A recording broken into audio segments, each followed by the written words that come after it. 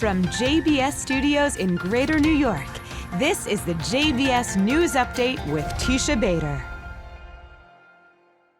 I'm Teisha Bader with the JBS News Update for Thursday, November the 9th, 2023. The IDF named 2 additional casualties in its ongoing war with terror group Hamas in Gaza today. They are 29-year-old Master Sergeant in Reserve Eliyahu Binyamin El-Makayes and 32-year-old Master Sergeant in Reserve Dov Moshe Kogan. The IDF also announced today that it identified a soldier killed during the Hamas massacre on October the 7th, who has been listed until now as missing. She is 19-year-old Sergeant Roni Eshel. Fierce battles continued in Gaza today. Early this morning, the IDF said its troops captured a major Hamas stronghold in Jabalia, north of Gaza City, after some 10 hours of fighting. Also saying the head of Hamas's anti-tank missile unit in the Central Camps Brigade was eliminated in an IDF airstrike. Gaza civilians continue evacuating the area as the IDF opened its humanitarian corridor for the 4th day. Arabic language spokesman Lieutenant Colonel Avichai Adrei said some 50,000 Gazans headed southward through the safe passage yesterday. The IDF reiterated there is no ceasefire. There are tactical local pauses for humanitarian aid for Gazan civilians. We are also providing humanitarian corridors for civilians in Gaza to temporarily move south to safer areas where they can receive humanitarian aid. The IDF stressing our war is with Hamas and not with the people of Gaza.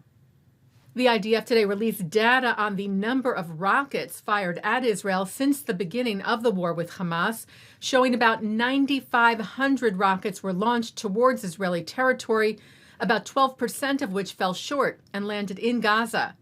About 900 launches, the IDF said, were carried out from civilian sites, such as mosques, schools, hospitals, and cultural centers. Among the 9,500 total rockets, 3,000 were fired at Israel on the day of Hamas's massacre of October the 7th alone. For comparison, the Times of Israel noted that a total of 4,000 rockets were fired at Israel during the entire 2014 Gaza war, which lasted 50 days. The IDF said there has been a significant decrease in the amount of rocket fire from Gaza since the start of the war. Today, there were rockets fired at the city of Ashdod in southern Israel after a reported 36-hour lull.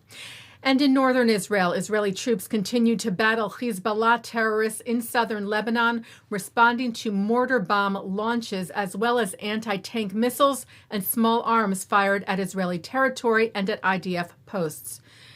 And the IDF said today that a drone or UAV hit a civilian building in the southernmost city of Eilat, reportedly a school.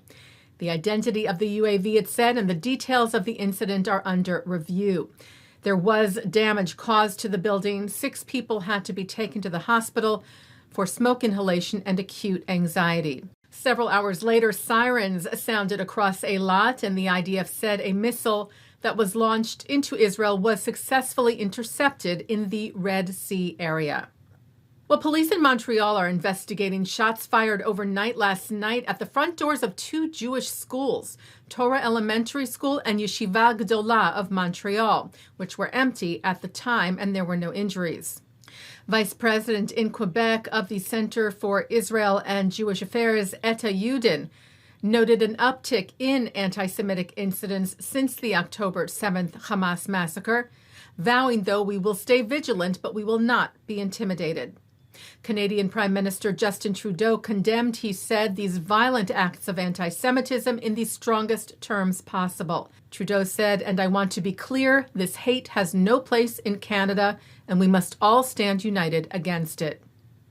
Tonight marks 85 years since Kristallnacht, the night of broken glass, seen as the beginning of the Holocaust. The pogroms that took place from November the 9th through the 10th of 1938, when Nazis destroyed or damaged some 300 synagogues and 7,500 Jewish-owned businesses and properties. Approximately 30,000 Jewish men were rounded up and sent to concentration camps, and some 100 Jews were killed.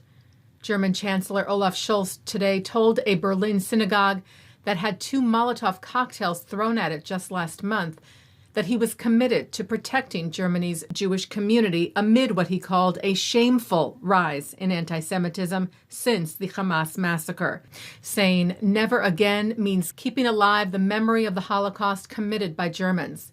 Never again means friendship and solidarity with Israel. October the 7th, he said, allows only one conclusion: Germany's place is on Israel's side. And we have special programming for you to commemorate Kristallnacht tonight on JBS for Thursday, November the 9th.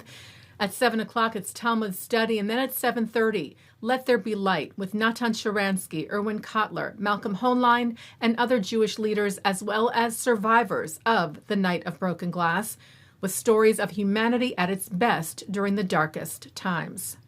At 9, Ernie Michel is on L'chaim. At 10, hear from the writer and filmmaker of the documentary A Train Near Magdeburg about the incredible true story of American GIs who liberated Holocaust survivors. And coming up next, Shahar Azani speaks with Sarit Zehavi, who analyzes Hezbollah's leader Hassan Nasrallah's speech and Israel's complex situation up north. And that's the JBS News Update for Thursday, November the 9th, 2023. I'm Teisha Bader. Am Yisrael Chai.